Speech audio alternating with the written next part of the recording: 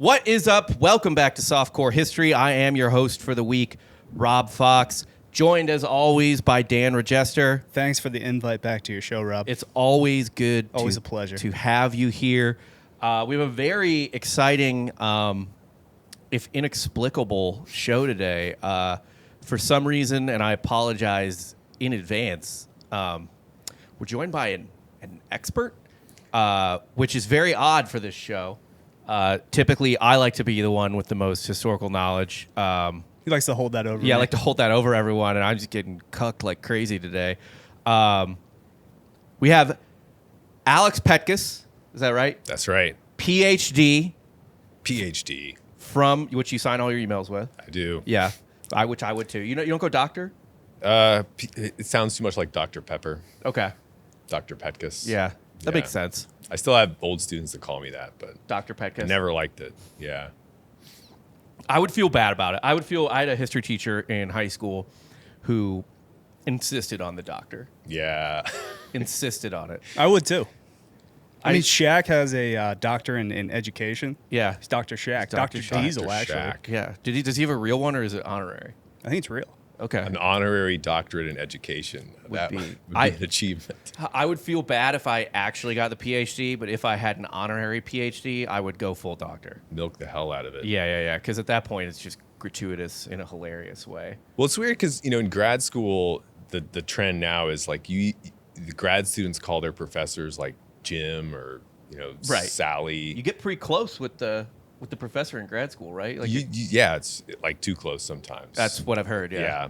But and so when I was becoming a guy on the internet, as I am now, I was very averse to flashing the whole academic credential thing. But I had all my friends like, dude, you got to milk that. You got to milk that. You absolutely need to milk that, especially because you lowered yourself on the internet. Yeah, Right. you lowered yourself by existing on the internet, and B, I don't mean this offensively, but you are a very nondescript white guy. That's right. So you just showing up on a screen talking, you could just be a guy in a basement. That's right. Yeah. Like, you need to slap that credential up All there. the degrees Yeah. behind you on the wall. Yep. But you Yep. do have a soothing sort of like monotone type of voice that I'm a rube. Like if I will immediately like latch on to superficial things. So if someone's speaking calmly, I'll be like, they're smart. People tell me that they like to listen to my podcast right before they go to bed and actually to soothe them to sleep, which I'm never sure whether to take as a compliment or I think something else. I used to fall asleep to the Civil War all the time. Oh, yeah. Which is another I don't know. I don't even remember who narrates it because it's not Ken Burns that narrates it, but that is another soothing voice. So I think it's mostly complimentary. Someone told me they fell asleep to this podcast, which is fucking psychotic. Yeah. But It is. I've heard people fall asleep to our step podfather, Dan Carlin's podcast, Oh, Hardcore yeah. History. I could fall asleep to that. yeah. No, yeah, it's not so bad, I guess. It's got its place. Yeah, right. Yeah. You are a PhD in classics from Princeton. That's right. Yeah. For my sins. What is classics versus a PhD in history? You're kind of explaining it off mic, but So classics is really the study of the Greeks and the Romans. okay. As such, and Influenced by your last name at all? yeah, I can't deny that I had a kind of personal stake in it. I did a little Latin in high school, kind of like in the half-assed way that a high school. Like you took Latin? I took Latin. Does that mean you went to a Catholic school? No. So public school in central Houston, Texas. We had a Latin program. It was kind of dorky, but it was fun enough. I mostly slept. My parents were pissed that my Catholic high school did not offer Latin because they're like, we would have made you take Latin. They're like, it's more useful than you not learning. Yeah, Rob's parents hate Vatican II. Oh, Big. yeah. Actually, my mom loves Vatican too. I don't know what my dad's opinion House on it is. divided. Yeah, exactly. Yeah. Well, so I mean, imagine what you could have become if you'd only done Latin. Could have etymologized fucking everything. I would understand any word. Yeah. Yeah. So I was Greek Orthodox. Okay. And so I was surrounded by Greek. Never knew a word of it. We're like, fourth generation. I'm like a quarter Greek. So it's. But you got the name. You got the name, and you can kind of pretend. Right. So I guess I got to college. I'd done Latin. It was behind me. Never really thought I'd come back to it. And then I had this opportunity to learn Greek. I guess it was like on the course catalog, and I had some free credits or whatever. And I was like, hey, I should learn Greek. You know, talk to the old ladies at church. Maybe I could understand a word of the liturgy. Yeah. And so I take this class, Attic Greek, my third year of college, and it was just like Like an elective. Basically like an elective. Yeah. Because Which I is wasn't majoring in it or anything. Right, which is a wild elective to take. Because usually, if you can avoid any difficulty in an elective whatsoever. Music for jocks. You're right. Yeah. I fucked myself several. I took like a lot of history electives because I was like, I'm going to learn something. And I would get in there and be like, oh my God, why did I fucking do this? Unsurprising. I went to a state school, and one of the electives that was offered was essentially a glorified gym class. Yeah. And you took it, right? Of course, yeah. And look where you are today. Same place you are, Rob. Yeah, exactly. Exactly. So, you know, I had this experience where it was like, this is what I have to do for my life. Okay. This is so cool. All the etymologies, and I was kind of good at the Greek, the language part. Because those are the two great, like, etymology, whatever the fuck languages, Greek and Latin, right? Source languages, yeah. Yeah.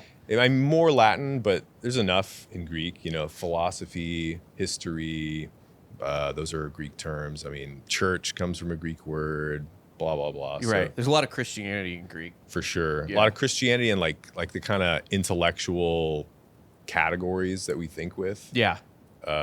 Theory is a Greek word, and so on and so on. So I was really enamored with this stuff. Yeah. And I had a teacher who was like 6'4", built, brilliant, big family, and I was like, I want to be like this guy.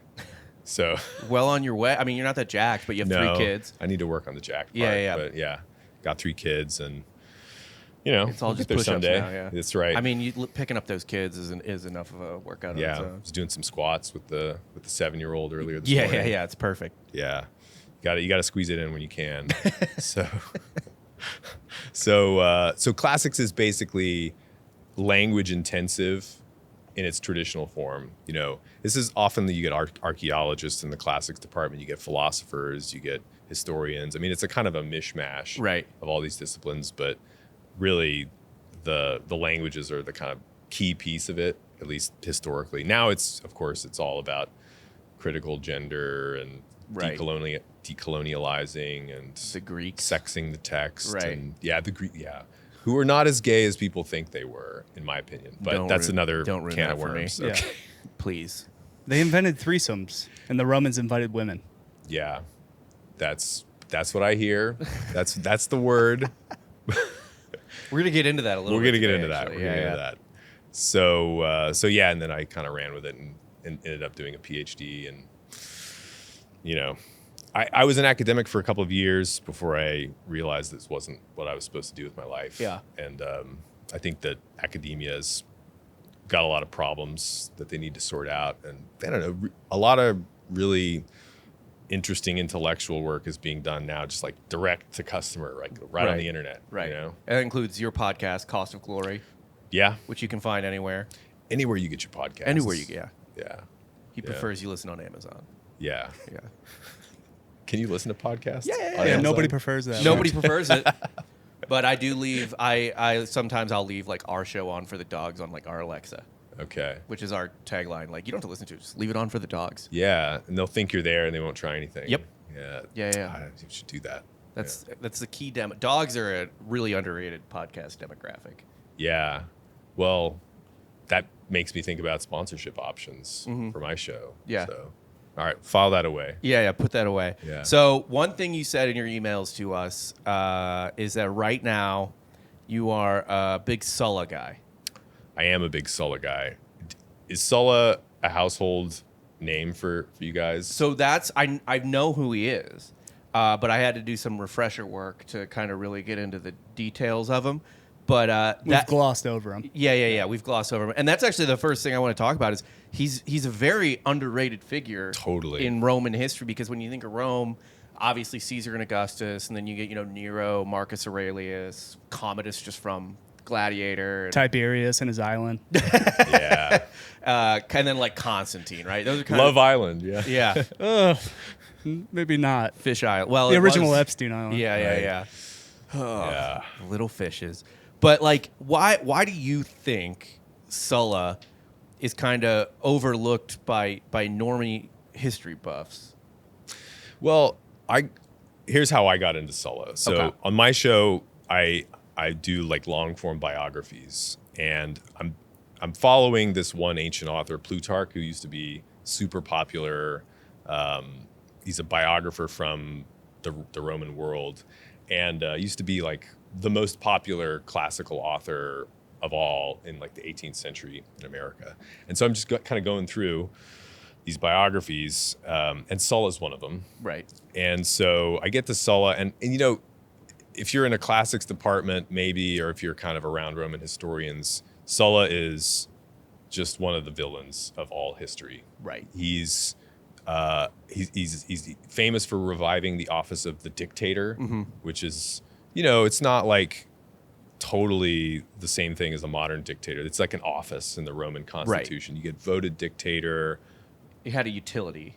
It had a utility. It's like an emergency office. Right. You know, with the famously like Cincinnatus. yes, George Washington's hero. exactly. You know, blah blah blah. Exactly. And so Sulla revives this office like 120 years after it's been defunct. Sulla's living in the first half of the first century BC. So He's alive when Julius Caesar's like a teenager. yeah, they overlap with some interesting results. Yeah, we can get which we'll to. talk about a little bit. Yeah. So and Sulla's like the generation before all the famous guys from the late Republic that you might, you know, Crassus, the richest man in Rome, Right. Pompey the Great, who's Caesar's enemy in the Civil War, Cato the Younger. They're all like stamped by Sulla's legacy. Yeah. So he's got this big influence, and so he's famous for reviving the office of dictator. He's also famous for doing this incredibly bloody purge of his enemies after he wins this incredibly bloody civil war. Right. So, you know, arguably a monster Yeah. from one perspective. Right. But Hear me out. wait. Yeah, hold on. There's more. Also, I always with times like that too. So actually, here's a quick question on that. We always kind of joke. It's like, yeah, but it was 80 BC or whatever. Yeah. Like when they do something, it's like that's fucked up, but it was 80 BC. Like it wasn't. He didn't do it in 2016 or something. You know what I mean? Right. But Standards even- of his time. Even for the time, That's true. He was. People were like, God damn, dude. Yeah. Nobody ever did that before or after in Rome. So he murders, or he proscribes. So he doesn't do it himself. Maybe some of these guys escape to exile, but like more than 1,000 of Rome's leading men get their name put on a list, posted in the forum. You know, that means basically your life is forfeit. If one of Sulla's guys catches you, they cut off On your site. head, bring it to Sulla Yeah. as he's sitting there in the forum. Oh yeah, okay, I recognize him. Yeah. You're good. Cross him off the list. He gives you a reward, and then their property gets confiscated. Right. So And you if just- they escape, their property still gets confiscated, right? totally, yeah, and you know, they can maybe hide out in wherever, Marseille or Yeah. you know, 'Cause Albania. Caesar got away. Caesar gets away, yeah. So he didn't get proscribed. Oh, he didn't. But he was like maybe a little too young for that. Yeah. But so Sulla's just won the Civil War, and he's kind of ordering people around. Pompey is maybe 22. He was a general for Sulla in the Civil War, and Sulla's like, Pompey, I don't think you're married to the right woman. I got the woman for you. Pompey's like, yes, sir. Yeah. And then he goes to Caesar, and he says, Caesar, I don't think you're married to the right woman. Because Caesar was actually married to the daughter of one of Sulla's mortal enemies, this guy Cinna.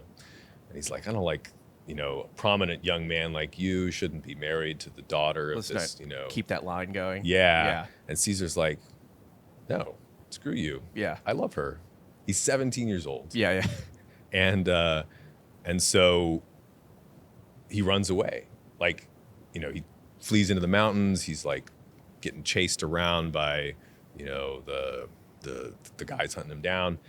And he finally, they catch him because I think he gets dysentery or something. It's very Oregon Trail kind It'll of. happen. Yeah. Yeah, which, One bad glass of water and it's doesn't take much. And Yeah. Caesar doesn't have like the strongest constitution. Anyway, so he manages to bribe the guards who capture him, and they bring him before Sulla, instead of just like killing him outright. Right.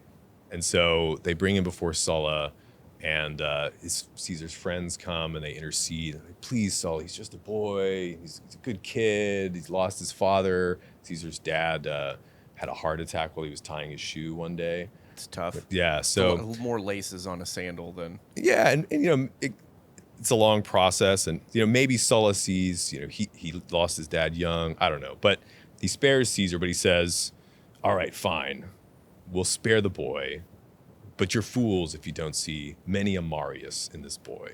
And Marius was Sulla's like other mortal enemy. Yeah. So he's like, that's the story.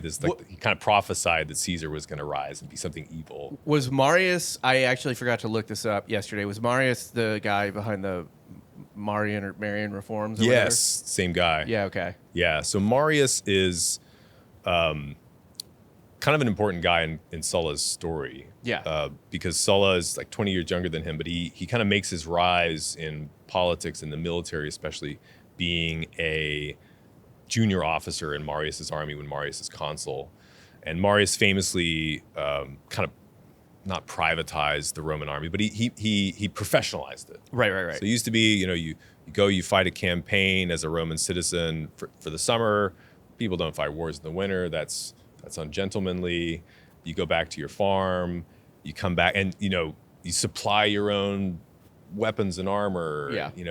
Poor people don't fight in the army. That's ungentlemanly. Right. And Marius is like, no, we gotta win wars. We gotta recruit. We gotta get the state to pay for armor and equipment and stuff. Which was kind of a massive reform at the time, especially in the Western Mediterranean, right? Like Yeah. That was not a thing anyone else was doing at all. Right. No, and I mean, you could hire mercenaries, but the Romans, they have all of these like citizen potential manpower, knocking around the streets of Rome. Yeah. The brothels, like let's get these guys to work. They're not doing anything. Let's Right. just fucking put a sword in their hand. And by doing that, what ends up happening is you kind of make the army loyal more to the general. Right. Like the general is going to give you, plots of land when you retire. You're going to kind of be loyal to him for life. Plus, whatever you win, you get. All the booty, Yeah, and the war brides, and all that stuff. Yeah. So this is like a really important piece in the kind of the lead up to the Civil War.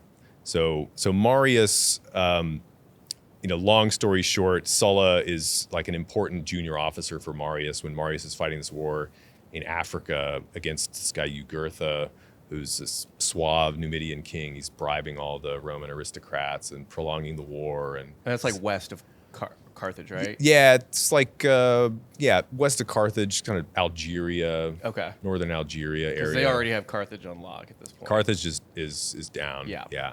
So Carthage is Tunisia. Numidia is like Algeria. Okay. Morocco is Mauritania. That's kind of how it breaks down.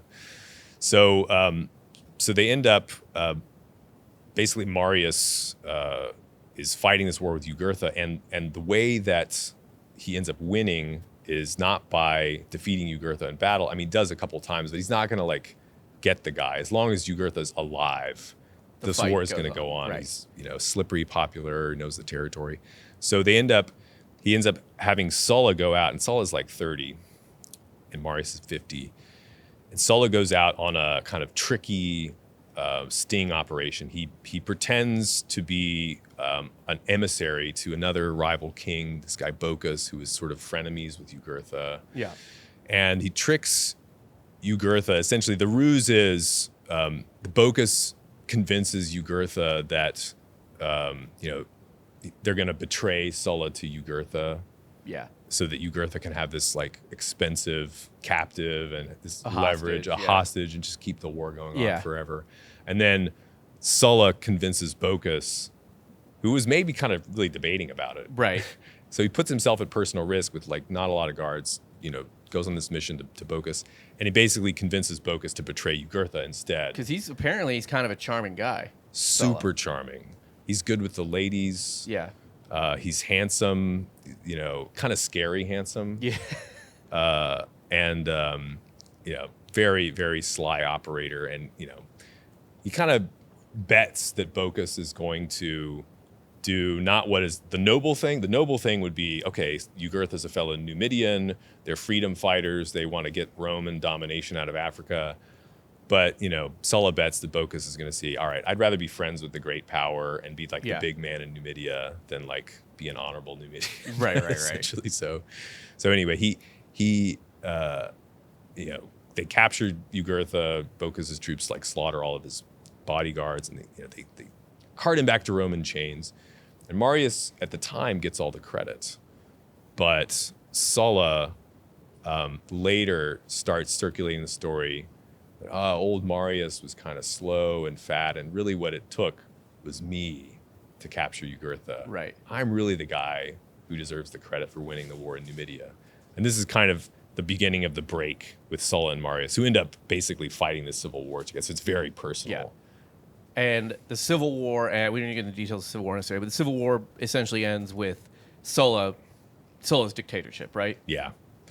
Which is, like you said, first time it happened in 120 years. And he's kind of, and this is why I kind of don't get him being overlooked. He's sort of the guy before the guy. Every permission structure that Julius Caesar needs to do what he does, and probably, I guess, Augustus too, to do what he does, comes from Sulla. I think even Pompey was like, Sulla did it, why can't I? Right. Yeah. Yeah. Yeah. Sulla's kind of the example that they're all thinking about. And so he wins the Civil War, but it's after he already wins that he has himself declared dictator. For life, I think.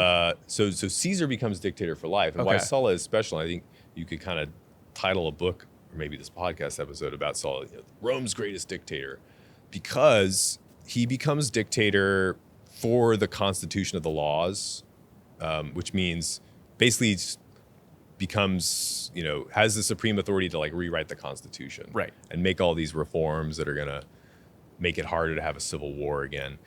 And then he lays the office down. So yeah, oh, sorry, he was just dictator. There was no time. Yeah, there's no time limit, right. And people were like, "Oh, he's dictator for life now." Right. So that, yes, but he lays it down famously when he didn't have to. Yeah. And so you could argue, and this one German historian from 19th century said Sulla was, could be compared only with George Washington. He's like, because he laid down the office. Right. George Washington might not have proscribed and slaughtered thousands of his enemies. Well, hold on. People forget about George Washington's war crimes. Yeah. Just executing Germans. That's right. And French in the French and Indian War. I think Yeah. he put a few down as well. So That's just he had a doing little business, though. Sullian streak to him. You got to crack a few eggs. Yeah, to exactly. And found he a was republic. probably already by the 7 years / French and Indian War pretty well versed in ancient Rome and Oh, He was yeah. terrifying. and stuff like that. He was a 6'4" ginger on a horse. Yeah. Not a lot of those around at the time. It's not something you want to see coming at all. With just horrible teeth. Yeah. Because of all the ice cream he eats. But so what? Yeah. What? Bad habit. Why doesn't Sulla get? I mean, because he did all these crazy things with the prescriptions, slaughtering. I think like a couple thousand the same night. Yeah, that too. In Rome, right? Like just in front of everyone. Yeah. And then also does become dictator, but then lets the dictatorship go. Right. But it's just kind of like I don't understand how that doesn't meet the how that's not as, I guess, impressive or interesting to read about as like Nero, who doesn't seem really that consequential, Right. but did a lot of just wild shit. Yeah. Making his donkey consul and Right. or his horse. Yeah, I think we get so fascinated with the Roman emperors because they're so kind of weird and kooky and perverted. Yeah. But I think it's partly because we don't read Plutarch like we used to. It's fair. And like George Washington, like all the founders, they're super Rome bros. Yes.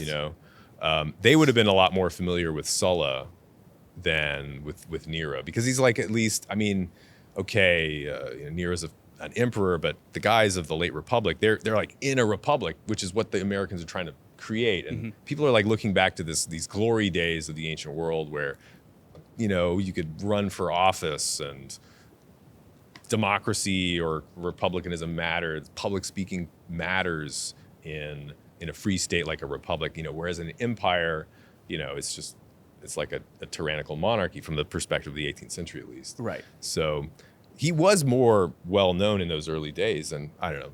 He does come up in the pages of the letters of the founding fathers as this like wicked villain. Yeah, I feel like Nero gets more run because of the Catholic Church. Yeah, Public enemy number that's probably one. right. Burning Christians. Yeah. Yeah. Burning Rome. Burning Rome. Yes.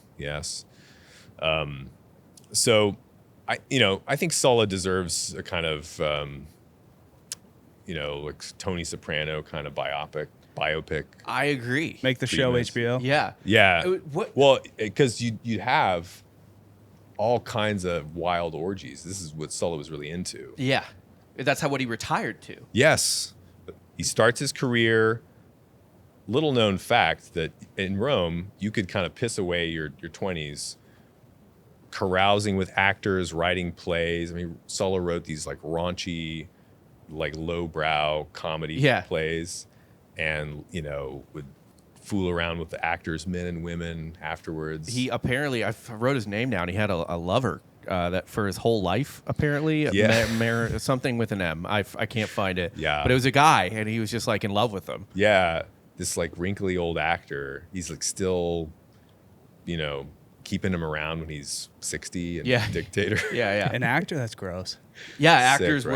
were I think we've mentioned on the show before, but like actors and poets and stuff, that's like low class shit. Like he's not hanging out like at the club with, Brad Pitt and stuff like that. There's no esteem to that life. Right. Yeah, they're basically like one level above prostitutes. Yeah. Because the Romans have this weird thing about like having your body watched by a lot of people, and actors are often scantily clad, and so the Roman senators wear these thick togas, but like actors are kind of skin tight clothes, scantily clad, and so there's an idea that the audience is like somehow screwing you with their eyes, and so an actor is sort of by definition like. Right, they're like a stripper. Yeah, Not they're a stripper. stripper. Yeah, they're strippers. I mean, there's not much difference between us as podcasters having a Patreon and an OnlyFans girl. No. In fact, I think we are lower class. We make less money, We do, surely. which is all that matters at this point. Yeah. Not appreciated enough, and maybe deserving a little bit of a boost. Yeah, I think we just need to do sex stuff on the Patreon. Yeah, Not just like shove me something and up your you butt. together, but yeah, like stuff to ourselves or just whatever. Whatever the audience wants, really. Let's just go full Roman with it. Yeah. Honestly, just Just let the highest bidder decide. Yeah. Yeah. Yeah. We won't do things to each other, but whatever you want us to do to ourselves, we'll do it. We'll be actors for you. All the world is a stage. You're going to regret that when they request the Hot They're- Wheels goes up your ass. Yeah, they're going to request that immediately. But you'd be following in the footsteps of some of Rome's great men, Yeah. wouldn't you? Including Sulla. Do you think that's where he got a lot of his like charm from? I think so. Was just living as a creative basically for his 20s? Because even though anyone could fuck around, wasn't it still kind of outstanding that he did it with, because he was broke in his 20s too, right? So wasn't it kind of outstanding that he did it with that low class as opposed to just like, I don't know, being like a trust fund kid and like going to resorts in Damn, your 20s? broke in his Yeah. 20s? Sola and me. Yeah. Birds of a feather. That's why I get so much encouragement out of this story. Right. Wasting my 20s away. And well, I was an academic, which I see as much wasted time. But As opposed to orgies with actors. yeah. How different are they really? But so you could contrast Julius Caesar. I mean, probably he had his prostitutes or whatever, but Right. Caesar loves to go after the wives of prominent men, Yeah. He's got, bedded with Pompey's wife, maybe Crassus's wife, Silanus, the mother of Brutus, who ends up stabbing him. There's this rumor floating around that he might have been Brutus's dad. Yeah. I don't think the chronology makes sense, but He's That a bit is of a a- star plausible. fucker. A little bit. Starfucker. Yeah. Yeah. I mean, that That's- is a storyline in the show Rome. He's banging Brutus's mom. That's the whole right. time. Yeah, totally true. But Sulla doesn't seem to really. I mean, he has like 5 wives, so it's Right. not like he's a faithful guy. But he's just not into the whole cuckolding thing. Yeah. Apparently, but he is. So he's really charming, and he has this girl, probably like an older lady, like a courtesan, and he's poor, and she's his favorite, apparently. And then she dies and wills him a ton of money. She's like his Miss Havisham. Yes. From Great Expectations. Yes. Except he bangs her. So he's a bit of a gigolo. Yeah. You know? Well, you gotta Except do- he bangs her. Yeah. You got to do what you got to do in these streets. I mean, if the Great Expectations would have ended differently if Pip or whoever. Listen, Yeah. Dickens just, you know, Fucked that chapter Mrs. was removed. Yeah. You couldn't put that in a serial in the paper or anything like that, but it's Yeah. in between the lines. It's probably implied Mrs. Havisham was allegorically. getting it. Yeah. Absolutely getting drilled. So Sulla had his Miss Havisham. She dies, wills him a bunch of money. And then his dad's wife, you know, his dad's dead now, but his like second wife, so stepmom, Yeah. also had a thing for Sulla, maybe more than just a kind of filial affection. And so when she dies, she wills him a bunch of money too. It's a tale as old as time. Stepmom, stepson. He's laying it down then. Yeah. All these women are leaving him money. But we know he's laying it down because he's laying it down on every actor in Rome, too. So that's where he's finding out Just all the anything. the secrets of life, Right. Yeah. Well, I think this is a big blowing their minds. this is a big piece, you know. He gets the whole range of human experience. Right. You know? Which is not something the nobility typically gets because he was kind of born broke. Right. Right. And he didn't get the money until those women died. Basically, yeah. Yeah. Yeah.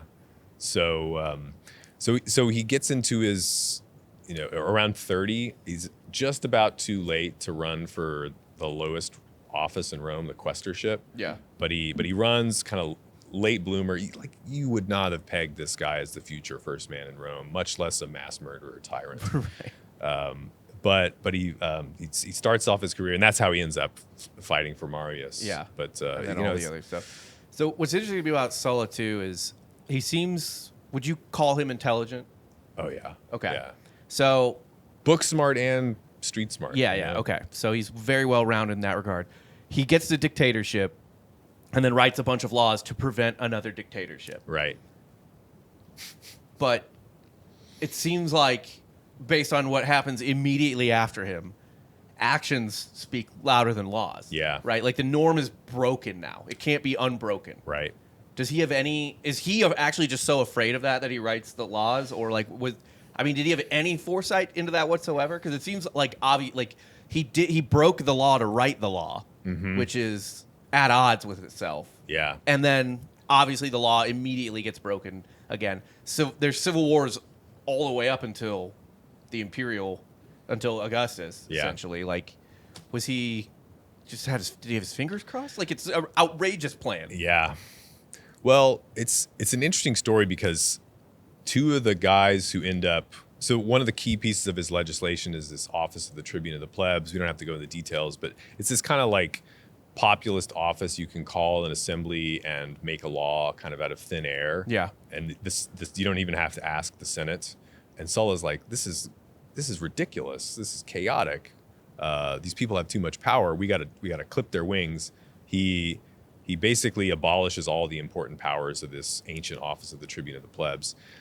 But two of his subordinate officers, famous men, Pompey and Crassus, 8 years after Sulla dies, they reinstate it because they want to use it. Because Right. it's like how this is how Marius rises to power. You could get the people to like vote you a great military command, even if the Senate's like, this is a terrible idea. Yeah. The whole the Marian reforms, right? The Yeah. citizen army. So you could do like an reforms. end around with a ballot measure, basically. Yeah, yeah, and so I think it's, you know, Sulla dies in 78 after he becomes dictator in 82, I think. So he doesn't like live long enough to really, you know, firm up the Constitution. Yeah. And I think that he kind of like he cared, but he also cared about partying and having a good time. Because he retired to Fuck Island, basically. Basically, yeah, it's Like- like an early version of Yeah. Tiberius. Yeah, you know? but he was doing it presumably with mostly adultish. Yeah, hopefully and not adult people. infants. Right. You know, he had his old actor buddy, Yeah. Metrodorus or whatever. It was a lot of generations in there, I'm sure. I mean, with any Roman, you kind of have to give some room for like some sort of like boy slave or something. Yes. But But I know that even then, because we've done episodes on like Roman sexuality and stuff like that, and it was essentially like it's fucked, but like you can molest a 14-year-old slave, and that you're not really going to get looked down on for that. Right. But if you fucked like a 5-year-old, Yeah, they would be they would be like no crossing the line. Even if it was a slave, they'd be like that is insane. right. Yeah. They have some standards, Right. For sure. Yeah. Some few standards. So Sulla just went to Pompeii, really. Just had a grand old time. Yeah, he's around there. Just that's where all the pleasure palaces Yeah. are. Yeah, Pompeii was Panama City Beach before God was like, that's too much. Right. That's a good way to put it. Yeah, and I mean, like, Caesar's father-in-law has a villa there. Yeah. I don't know if you've been following this, but the papyri that were buried by Mount Vesuvius, there's like all these ancient scrolls, this ancient library that they're decoding with AI. Okay. I don't think I read that. It's Google it. It's Herculaneum. What's it called? The Scroll Prize or the Vesuvius Challenge. And So- it's like rolled up and hardened, right? Mhm, And right. they have to like X-ray it or Yeah, something? they X-ray it. Okay. Anyway, so all that's, everybody's got their nicest villas down there. So anyway, that's where Sulla goes. And, he's not in Rome for the last few years of his life. Yeah. And, I think his like leadership mistake, if you care about, keeping the Constitution you founded stable, you're gonna stick around, right? But instead, Sulla goes off and he kind of entrusts things to lesser men, maybe his minions, Yeah. who were less. Pompey and Crassus. Yeah, Yeah. And Pompey was kind of a lesser man. I mean, I don't know. Like he was kind of not the brightest guy, right? Well, he's competent, Right. He's reliable, but you compare him to Sulla, especially if you compare him to Caesar. Yeah. He just doesn't have. He's a good military commander. He doesn't have the political knack, Right. And so he's always relying on smart guys around him to give him advice, and he's kind of inscrutable. Yeah, I think later on when Pompey became the greatest commander in Rome, he kind of didn't know what to do with it. Yeah. He just wanted to go back out and fight another war. Yeah. It was like his happy place. He was almost like a Patton type of guy. Like, Yeah. Like just really was only comfortable on the battlefield. Yeah. What are some, before we get into some other people, what are some lesser known stories about Sulla that you find? And because we love to dive into the minutia of like, did a whole episode on just like graffiti in Pompeii, because that's all hyper well preserved and Right. all that graffiti is super funny. And like I said, we did the sort of essentially like sexuality, like a broad thing of sexuality in Rome, and how like they thought like blowjobs were gross and pathetic. Any oral sex. Yeah, like you were like if you were a guy and got a blowjob, you were like impotent basically, like you couldn't Right. get hard without Yeah. assistance or something like that, and yeah, like all the slave stuff, obviously. But so we like the fun. There's just so many funny little like societal quirks of that culture, that ancient even for the most part Christianity culture that just has the norms are entirely different. Yeah, I think Sulla is, well, I don't know. There's some funny stories about him when he's in Greece. So he's like, before he fights the civil war, kind of in the middle of it, he gets sent off as a commander to go fight this enemy of Rome who's starting this rebellion, Mithridates. And they're fighting this war in Greece, and he's like sieging Athens. He's going to eventually just, almost slaughter everybody in the city after he captures Right. it. It's a sad story, but he's got to like get funds to build more siege engines or something. Yeah. So he goes and he sends to the Oracle of Delphi, and basically he wants to plunder the treasures of the Temple of Delphi. All these oracles are super rich. They've got all these gold dedications, and there's a story that he sends his emissary to go and demand funds from Apollo, the god there, and he asks. This emissary asks the council at Delphi, this is what Sulla needs. Show your loyalty to Rome, and the council comes back the next day, and they're like, one of our one of our councilmen was walking by the temple and he heard Apollo playing the lyre from the Temple of Delphi, a plaintive song, a sad song. And so Sulla's emissary, he's a Greek guy, and he gets back and he's like, Sulla, the god gave a message. He doesn't really think that it's appropriate for you to plunder the temple treasures. He was playing this sad song in the temple. And, as a Greek, he's feeling like this would be very impious. Right, So right. He really wants Sulla to kind of drop it. Yeah. And Sulla says, "Oh, my friend Caiaphas, you don't realize Apollo was playing a joyous song.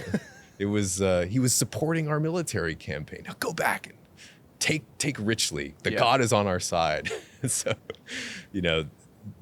importance or something that he's really good at kind of manipulating. There's another one.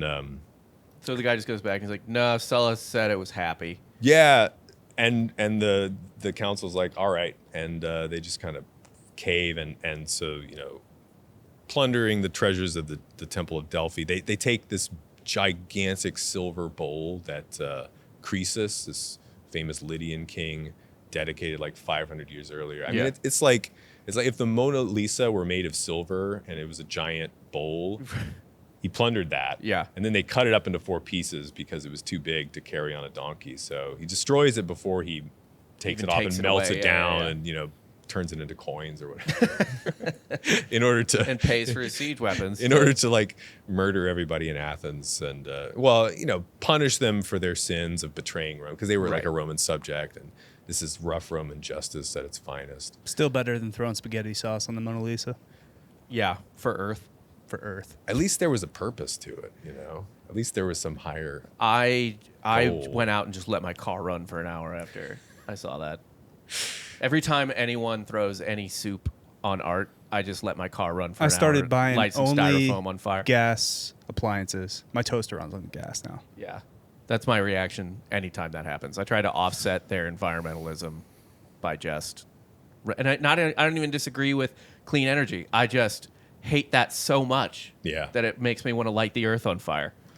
I think we need to bring back rough Roman justice. You know what's funny about that is that, like, I read something once that the Romans, I mean, they were assholes, right? Like, they would really put it to you, but they saw themselves not even as rough. They were just like, we're the most just. That's true. And this is the funny thing about Sulla too, because he's always, no matter how bloodthirsty he gets or how just like crushingly overweening in victory, he's always like, this is what you deserved. Yeah. You asked for it. I tried to tell you. Here it is. Yeah. They're just like upfront about it. And it's almost like Lannisters pay their debts, right? Like, it's just, we're going to do this, and if we succeed, it's going to happen. Yeah. And then it happens, and the other side's like, well, come on. They're like, no, I mean, we told you. Yeah. And the Athenians, before they get sacked, they come out to plead with Sulla, and they try to tell him the story. Our city was founded by Theseus 1,000 years ago in Eumolpus, and we defeated the Persians, we saved the Greeks, we're liberators. And Sulla's like, shut up. I didn't come here for a history lesson. I came to subdue your rebels. Now, are you going to make peace on my terms or not? And they're like, sir. They go back into their city. They don't make the peace. So Perfect. He's both a great appreciator of culture. He knows all these stories. Right. But he's not going to be duped by it, by sentimentality, because everybody's expecting him to go really easy on Athens. It's a great city of culture and learning and art, and that's exactly why he makes an example of them. Yeah. So he's not to be fucked with. Yeah. Essentially. Yeah. Where is he buried? Right. He's like Alexander. They don't know where his tomb is, which is especially weird because apparently hopefully he's not like Alexander. He got buried he wasn't alive. buried alive. No. Right. But apparently his tomb disappeared, even though he I guess allegedly had a big one. Yeah. And B, had a big funeral back when people were writing things down. And Yeah. I think they made a huge effigy of him in incense for his funeral, like a giant, crusty incense Sulla. Yeah. And they burned it. And then like the winds died down, and then it started raining, and it was like, oh, this is a bad portent. But I don't think that we've ever found his tomb. We haven't. That's why Yeah. I'm shocked by that as Yeah. compared to like I mean, I feel like most big people from that time, they're relatively known where they're buried. Yeah, we've got this grave monument from Scipio Africanus's mom. No, Scipio's granddaughter, who was the mom of the Gracchi. Like, you can go see Cornelia's grave. Well, it's like a pedestal of a statue or something. There's all this amazing stuff. You know, obviously the mausoleum of Augustus and the tomb of the Scipios, but nothing for Sulla. You know, It's weird. it is weird. Maybe that's one of the reasons he's kind of, and because also I guess did Plutarch take from his biography or autobiography or whatever? Yeah, Because his autobiography's gone. yeah, and I think this is one of his superpowers, is storytelling. You know, he's practicing in his 20s, right? And, you know, the raunchy theater. But he ends up writing his own autobiography or his memoirs, and they're lost. But I think this is the source for so many of the wacky stories that we get about Sulla. Yeah. You know, the Delphi thing. There's all these portents, you know. It was said, Plutarch, it was said that Sulla had a dream. It's like, Sulla said that he had a dream. Right. You know, where the goddess visits him and she puts a lightning bolt in his hands and she points to his enemies lined up and he just throws lightning bolts at them all and destroys them all. And he knows the god is on his side. He was a big dreamer. Allegedly, he knew he was going to die of liver failure from a dream.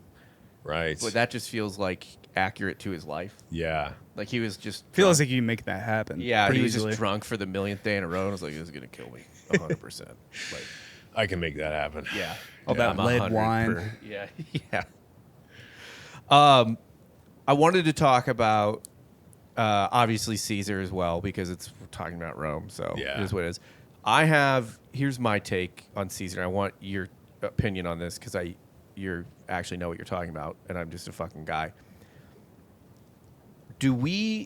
My opinion is we pretty much entirely view Caesar, our like starting point on Caesar as a person, our almost default view is still based on 2,000-year-old Augustine propaganda.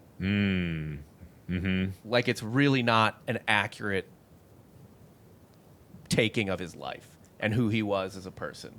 I mean, the fact that like, and it's permeated all the way through history, right? You've got William Shakespeare writing about him. Right. Several countries that have nothing to do with Rome have named their leaders Caesar, like Kaiser and Tsar. Yeah. And then, I mean, he was even in like the show Rome from 2006, 2007. He's fucking cool. Yeah. And honestly, it seems justified in the narrative of that story for the most part, or at least no less or more justified than anyone else, right? But isn't he kind of a huge piece of shit? Like, that's where I actually live with him, is he brought down the Republic. He was never going to give up the dictatorship. And the biggest thing with me, and this is one thing that Sulla knew that you mentioned earlier, and one thing that always comes out is he was like openly, insanely, psychotically ambitious.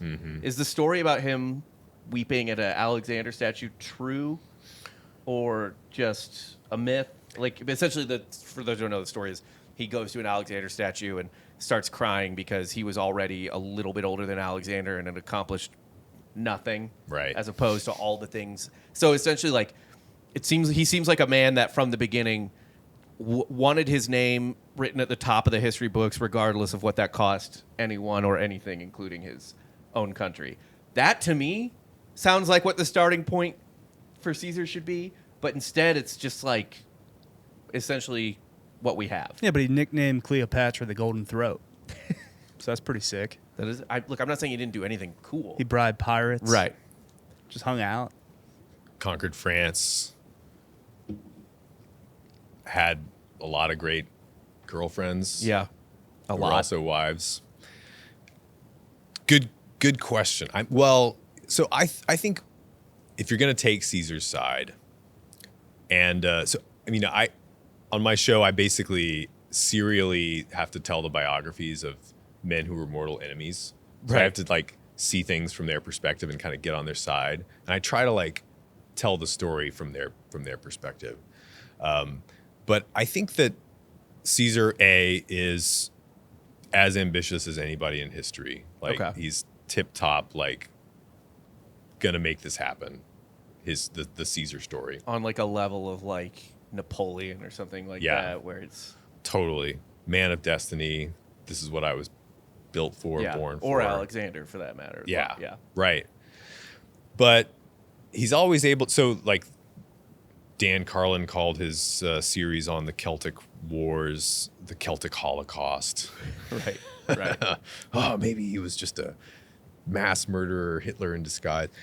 You know, he's justifying it to himself, at least, as doing it in the name of Rome. And I think that he's a populist as opposed to the aristocratic party.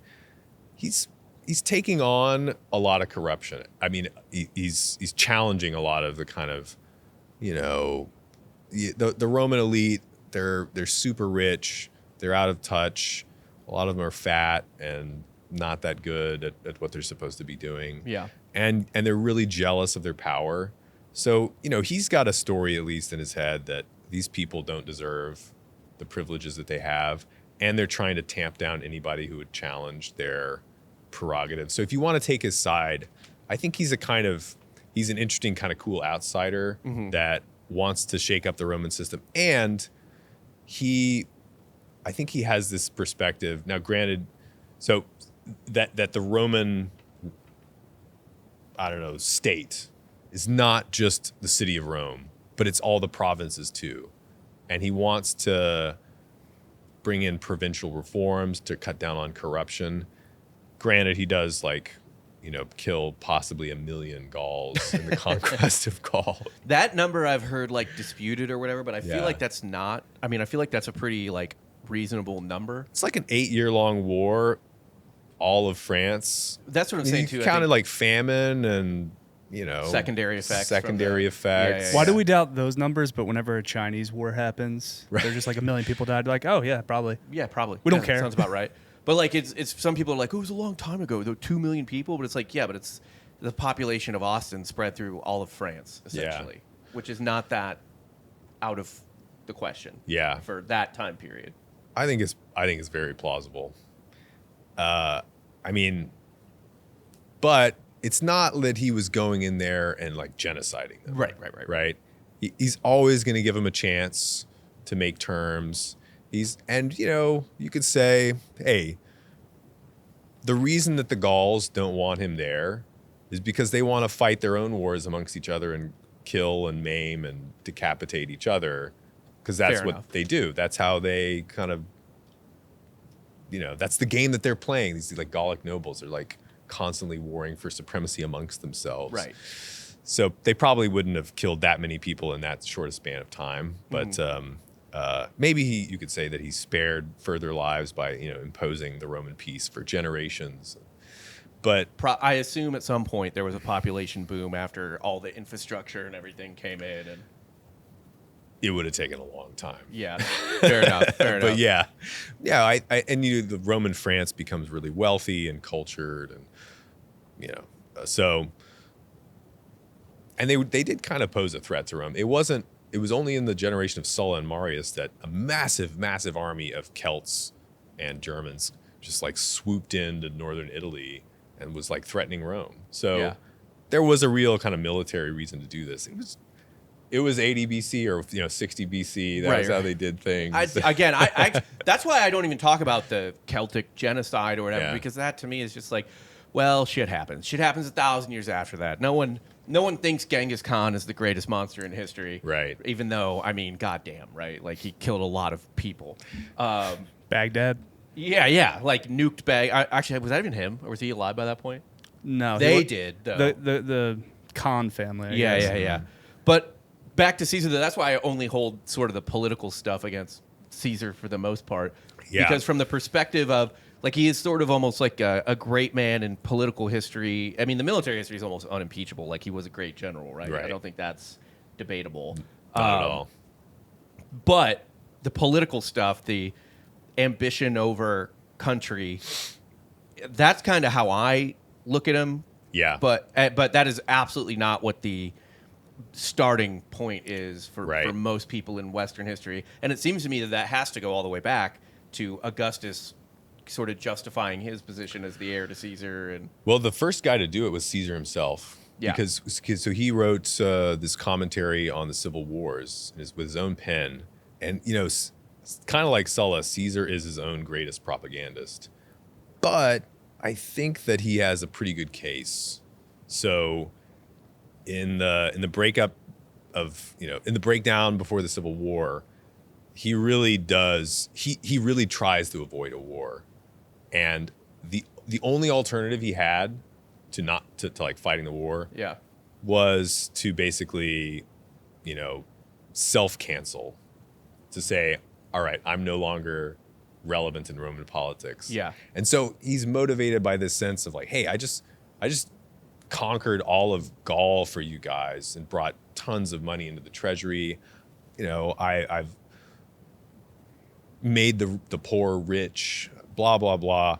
I've accomplished, basically, I have done better in the game than anybody alive today. probably the biggest win since maybe Scipio? Yeah, Scipio or Pompey, arguably. Yeah. But that was 15 years earlier, Right. and now Pompey's kind of an old man, and Caesar's like, hey, I deserve at least as much credit as this guy, Yeah. and so by saying you're going to prosecute me to death, or unless I fight a civil war, Yeah. it's kind of the choice he's faced with. He's saying, all right, is this game a real game? Do we have rules to this game?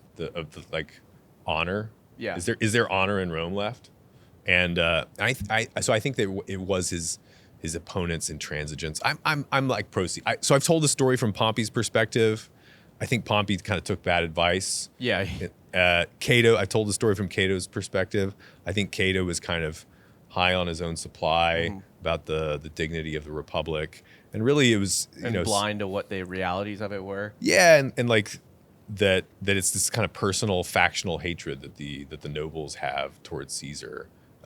So I don't know. I think his enemies had it coming. Okay. Honestly. And So all I'm of convinced. Caesar's I'm enemies, seduced. or everybody that was older than Caesar, was just like old NBA players hating on current NBA players, like LeBron or something. Yeah, it's like that. It's like a bunch of has-beens. Well, maybe they were great in their day. Right. And now they're like, these young bucks don't know. They don't have respect for the old ways, and it's like envy. If he wins, they're gonna lose their influence. They're not gonna get put on the NBA draft picks chat show. They don't whatever. get a triumph. They don't get the triumphs. Yeah, and so he was a threat to them politically. He wasn't gonna like go in and kill them. He's a merciful guy. He's Caesar's famous clemency. Yeah. He spares his enemies. He's very mild. Doesn't want to go the Sulla route. He doesn't want to go to the Sulla routes. He wants to be the unsulla. And he can be ruthless, but he also knows he's got a legacy to preserve, and and I think he makes good on his word. And nobody thought he would, but he did. He doesn't slaughter his enemies after. Was Civil the War. dictator for life then kind of a thing of self-preservation? You might think, but okay. To be fair, for your case, Yeah. Caesar's a megalomaniac. I think once he wins the Civil War, and all of his enemies are kind of scattered, he's been spending a lot of time with Cleopatra in Egypt. She's a queen. She's maybe a goddess. If you believe, she's the pharaoh or the pharaohess. And so he starts to think, hey, maybe this is a better system, or maybe I'm the chosen one or something. Right. I mean, it would be hard not to believe that if you were as successful keep as winning him. and winning and winning. Yeah, because he had won. I think what he did was harder than what Alexander did. I'm not saying that he's greater than Alexander. Right. But, he had to win in politics and in propaganda in a way that Alexander didn't have to.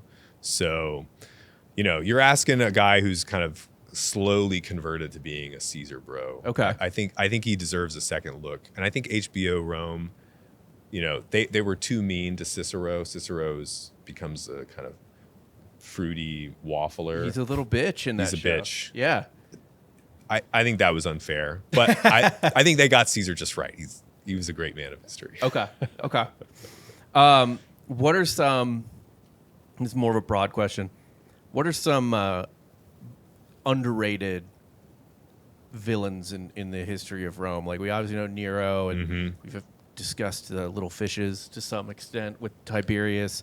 Everyone knows Commodus from Gladiator and stuff like that. Or their actual enemies like Hannibal. Yeah. What are some underrated, even like weird or whatever, like villains that tickle you? You know, we need to have a series on Mithridates of Pontus. So this is the guy that Sulla was fighting. Yeah. And the dude is still alive 20 years later. And he's been basically waging war on Rome. It's soft, like cold wars, hot wars for almost 3 decades. Pompey finally gets him, or actually Pompey kind of defeats him a couple times in battle, and then I think it's like Mithridates' son ends up betraying him, and he ends up like taking poison. It's a sad story, but that guy was, so he's like 6'3", he wears a lion skin hat, like a lion head hat, like Hercules. I was about to say, was that a nod to Hercules? Yeah, totally. Yeah.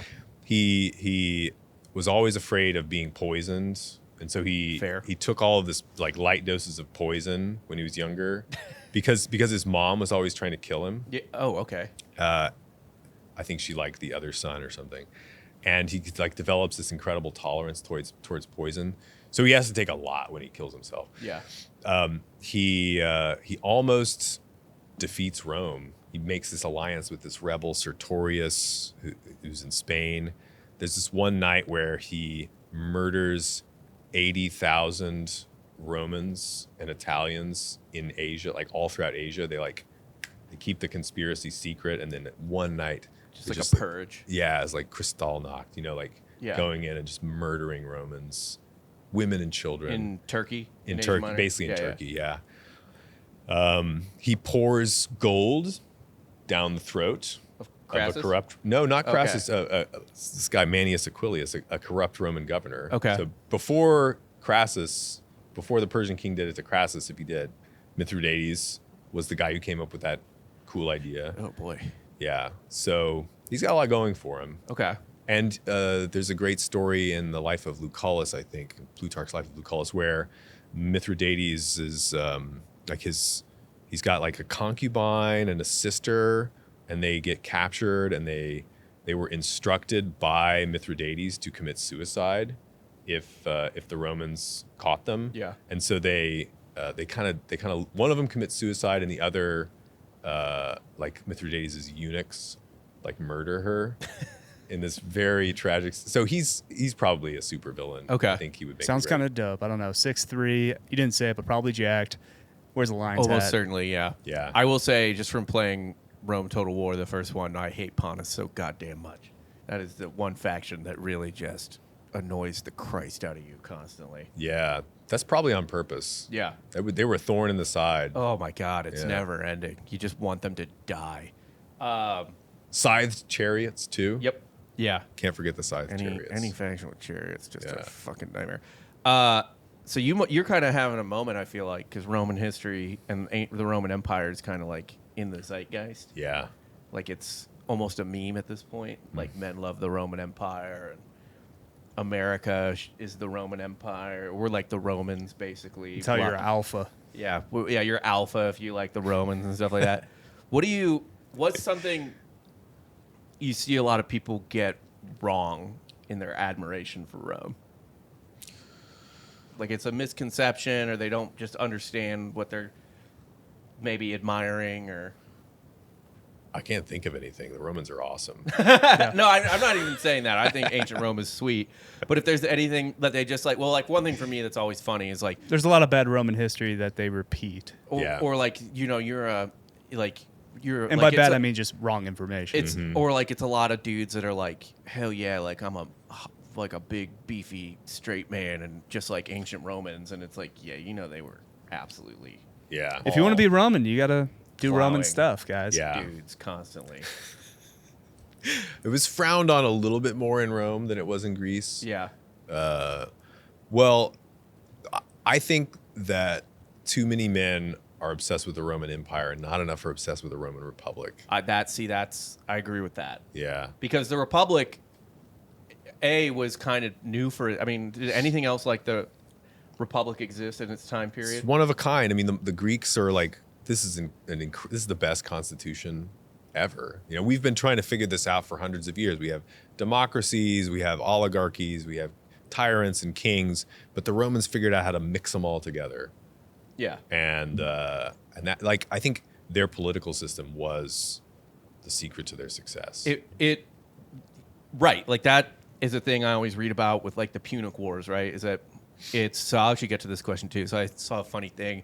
I think it was almost like sort of like it's not pervasive, but I did read it somewhere where someone was like the wrong country, for lack of a better term. Are you about to hit us with bad Roman history? Yeah, well, yeah, but from someone else. I mean, the wrong country won the Punic Wars, essentially, because they were like, if the Carthaginians won, it would have been this like almost like egalitarian, like multicultural trading situation in the Mediterranean. Women might have got the suffrage, in 200 AD, Yeah. right? No. Yeah. But it is, to me, I like reading that. I was like, maybe I can see that POV a little bit if you really like trade, but the Romans traded a ton too. But also it's just like there was no fucking way to win a long-term war with Rome. Yeah. With the Republic. Right. And they do it by like convincing people to want to fight for Rome who aren't even citizens, Yeah. They're allies. And they get... Didn't they have a lot of like half citizens? Yeah, they have like the Latin right and then the colony, there's various kind of gradations of semi-citizen. Just referencing the Punic Wars, they would just lose 100,000 people from shipwreck. And it's like, all right, build more boats. Yeah, reload. Yeah. Let's go. More Back people. at it. Yeah.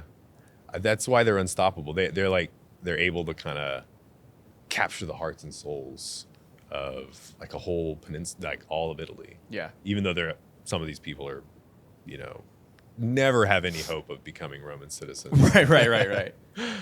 I think that's pretty amazing. Is it still, were a lot of them like, well, aside from us ruling ourselves, they're essentially better than any other alternative?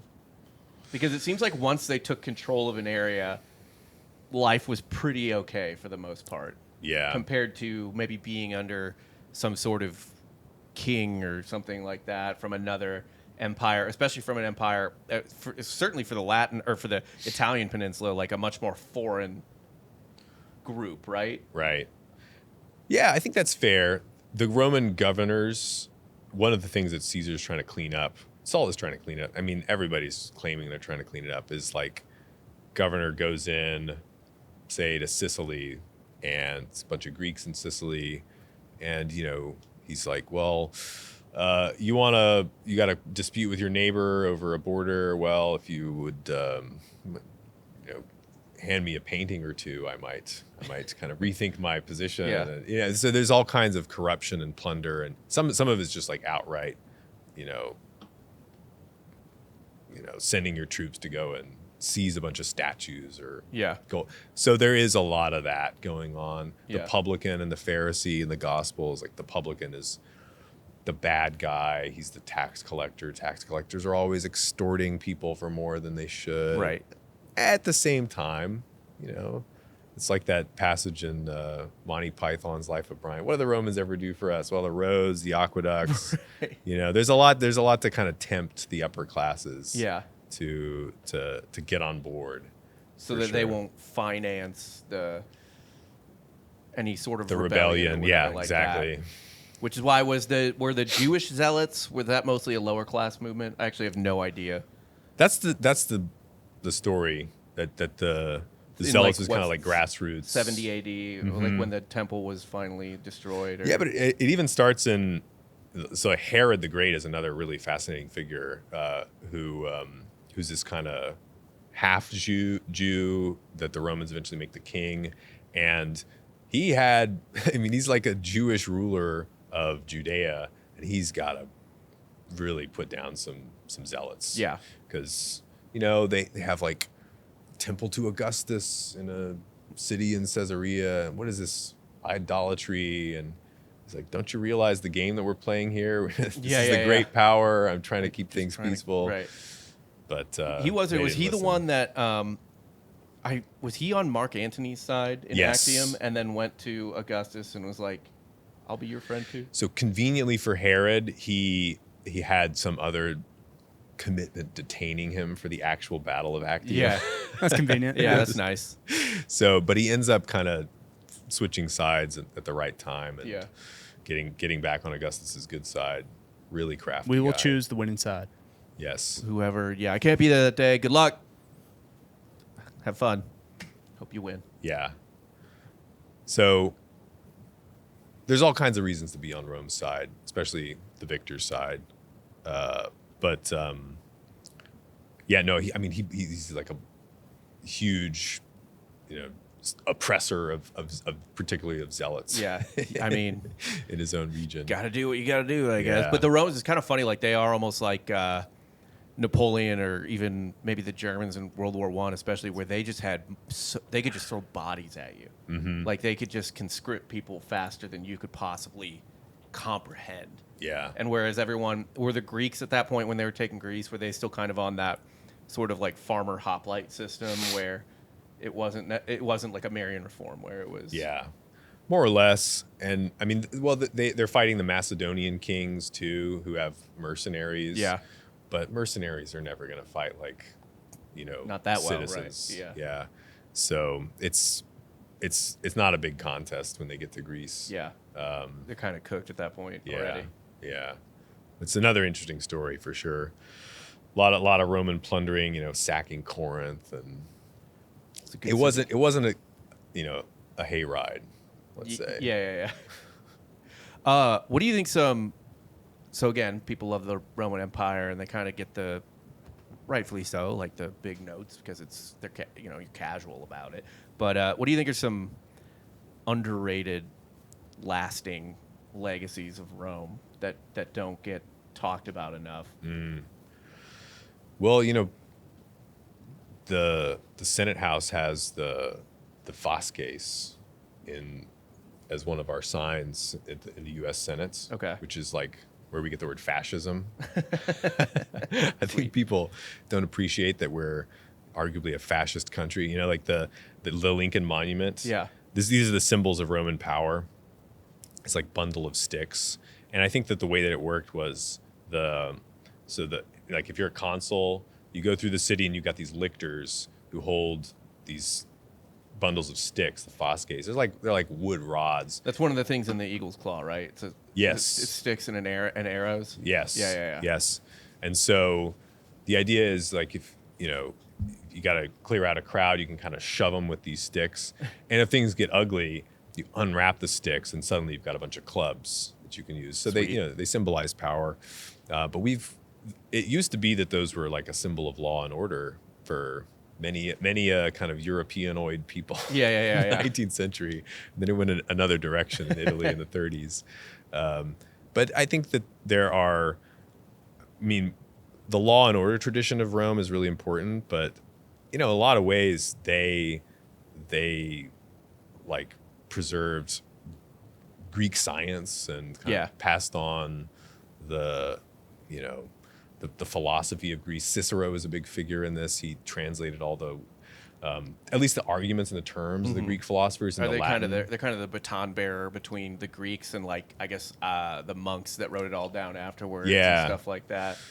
Yeah, totally. And it's certainly the case that Christianity would have had a very different story if there wasn't like a Roman peace. Probably roads doesn't. Christianity and then probably nor Islam exists without the Roman Empire. Yeah, certainly not Islam either. Yeah. Because if Christianity remains some weird little cult in the if it all just ends up being the Dead Scroll type of, I forget what those people were called. The Essenes, yeah. It just ends up being like a couple weirdos in the desert that it goes nowhere. Right. And then obviously if that goes nowhere, Islam doesn't even start and history is Something else pops up.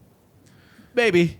Could have been the cult of Mithras. We could all be, instead of baptism, we could all, do the thing where you go under a bull that's on a grate. Yeah. And they slaughter the bull over you. Yeah, and you the get blood pours down. Some blood, yeah. Yeah. That's more metal. would actually prefer that But we can make that happen. We could bring it back. Yeah, we're in Texas. We can get a cow. easily. Yeah. What, you gotta slaughter it anyway, right? Yeah, we're gonna eat it no matter what. Let me just lay under it. I don't know how to dress a cow. Field dress a fucking steer, but That's somebody else's problem. yeah, that's not my problem. We just leave it for them to handle. Startup opportunity there. And then I again, like, we love doing like the really, really like minute stuff on Rome. Like I said, the graffiti in Pompeii, their weird sort of views on sexuality. Not weird even, but just like their views on sexuality. Have you talked about the Bona Dea scandal? No. So I was going to ask you, what are some funny little like shit like that? This is one of my favorite stories. So Julius Caesar is the pontiff. He's the head priest of Rome. Yeah. And he's got, as part of his duties, they have to host a big party at his house for all the ladies, all the top ladies, the Miss Havisham, well, maybe not her, but the grand dames of Rome get together for the good goddess festival. Dea means goddess, Bona means good. So Bona Dea is it's a women-only festival. Okay. And it happens in the house of the Pontifex. So it happened. Julius Caesar's current wife was there. His mom was there. She's kind of the MC. And there's this young, dashing aristocrat named Clodius who wants to cuckold Caesar, basically. Perfect. He wants to get with Caesar's wife. And so he dresses up as a flute girl and he sneaks into the party, 50, 100 women in this mansion, no men. And Clodius is like looking around with his wig on, trying to look, soft. And he's kind of trying to find where he can get with Pompeia, Caesar's wife. And before they are able to arrange their soiree, one of the other servant girls comes up and she's like, "Hey, go get me a jug." And Clodius is like, "Oh." Doesn't even talk or tries not to talk, but eventually he has to say something. Yeah. It's like, "I don't know where they are." and she's like, "What? That's a man." She's like, he can't pull off the falsetto. Right. And so she screams and runs and tells the MC, and Clodius, meanwhile hides under a bed or something. And so they scour the party stops. It's of course it's an incredibly sacred, august thing. Right. The mystery, like no man should be allowed to see it, and the penalty for a man defiling the mysteries is death. I think you get buried alive or something. Yeah, it was like the whole same thing with the Vestal Virgin. Yeah, it's like right? it's like a Vestal Virgin caliber Yeah. religious offense, because this is like the hearth of Rome. I mean, you're like threatening the stability of the whole freaking empire. So they find Clodius, and they have him there, and basically call off the whole Bona Dea scandal, and somehow he gets away, and Caesar's not there, of course. Right. But Caesar's, like, funny enough, is kind of political ally of Clodius.